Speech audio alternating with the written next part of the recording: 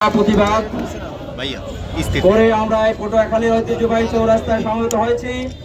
আপনারা জানেন যে আমাদের বিশ্বনবী সৈয়দুল মুরসালিন মুহাম্মদ রাসূলুল্লাহ সাল্লাল্লাহু আলাইহি সাল্লামের জন্মের আগ থেকে ইহুদিরা ইসলামের বিরুদ্ধে অবস্থান নিয়েছিল।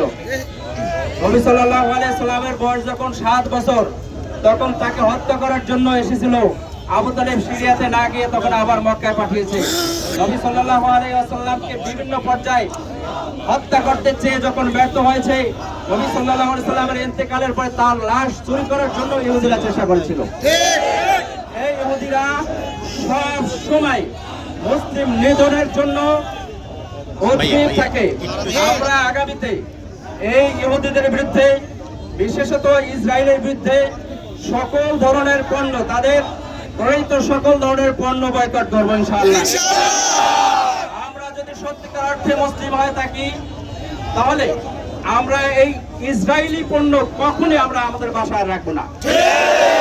আজকের এখান থেকে গিয়ে ইসরায়েলি পণ্যগুলো বর্জন করব এবং সরকারকে আমরা অনুরোধ করবো, এখানে যারা উপস্থিত হয়েছে সর্বস্তরের রাজনৈতিক দলের সর্বস্তরের লোকেরা এখানে উপস্থিত হয়েছে, ছাত্র সমাজ সর্বস্তরের মানুষ উপস্থিত হয়েছে, শুধু মুসলিমরা নয়, অন্যান্য ধর্মাবলম্বীরা উপস্থিত হয়েছে।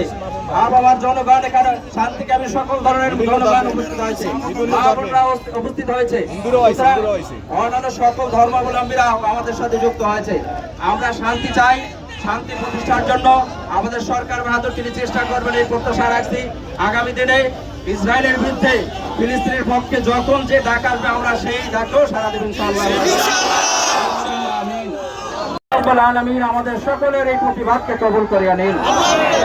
রব্বুল আলামিন ইসরায়েলকে ধ্বংস করে ফিলিস্তিনকে আল্লাহ স্বাধীন সার্বভৌম রাষ্ট্র হিসেবে কবুল করিয়া নিন। রব্বুল আলামিন কাবা ঘর আপনি আপনার রহমত দ্বারা রক্ষা করেছেন, আল্লাহ ফিলিস্তিনকেও সেভাবেই আপনি রক্ষা করুন। ফিলিস্তিনে আবাবিল পাঠিয়ে দিয়ে ফিলিস্তিনকে রক্ষা করুন, ইসরায়েলকে আপনি ধ্বংস করিয়া দিন। বদরের যুদ্ধে যেভাবে 313 মুসলিমকে আল্লাহ আপনি হেফাজত করেছেন, আল্লাহ সেভাবেই ফিলিস্তিনের জনগণদেরকে আল্লাহ আপনি হেফাজত করেন। আল্লাহ নারী শিশু আবাল বৃদ্ধা বনিতা সকলকে হত্যা করছে মাওলা, আল্লাহ হত্যাকারীদেরকে আল্লাহ আপনি উচিত শিক্ষা, দৃষ্টান্তমূলক শিক্ষা দান করুন। আল্লাহ ফিলিস্তিনকে স্বাধীন সার্বভৌম রাষ্ট্র হিসেবে কবুল করিয়া নিন। আল্লাহ যে সকল ভাই বোনেরা ফিলিস্তিনের পক্ষে রয়েছে, আল্লাহ তাদেরকে আপনি সাহায্য করুন। আল্লাহ যে সকল যোদ্ধারা যুদ্ধক্ষেত্রে রয়েছে, আল্লাহ তাদেরকে আপনি গায়েবী সাহায্য করুন। আল্লাহ যেভাবে আবাবিল প্রেরণ করে আল্লাহ সাহায্য করছেন, সেভাবেই আল্লাহ আপনি সাহায্য করুন। আল্লাহ এই ফিলিস্তিনকে সাহায্য করার জন্য আল্লাহ মধ্যপ্রাচ্যের অনেক বড়রা আল্লাহ বিরোধিতা করছে, আল্লাহ ভিতরে নিয়ম রয়েছে, আল্লাহ আমাদেরকে শুভবুদ্ধি দান করুন। আল্লাহ ওরা যেন ঐক্যবদ্ধভাবে মুসলমানের পরিচয় দিয়ে ফিলিস্তিনের পক্ষে রাখতে পারে, সেই তৌফিক দান করুন। আপনার এলেমে তাদের হেদায়েত না থাকলে আল্লাহ আপনি তাদেরকেও ধ্বংস করিয়া দিন। ফিলিস্তিন হিসেবে আল্লাহ আপনি কবুল করিয়া নিন। যারা শাহাদাত বরণ করেছেন, আল্লাহ এই 17 মাসে দীর্ঘ 17 মাসের যুদ্ধে যারা শাহাদাত বরণ করছেন, আল্লাহ তাদেরকে শহীদ মর্যাদা দান করুন। তাদেরকেও শহীদ মর্যাদা দান করুন।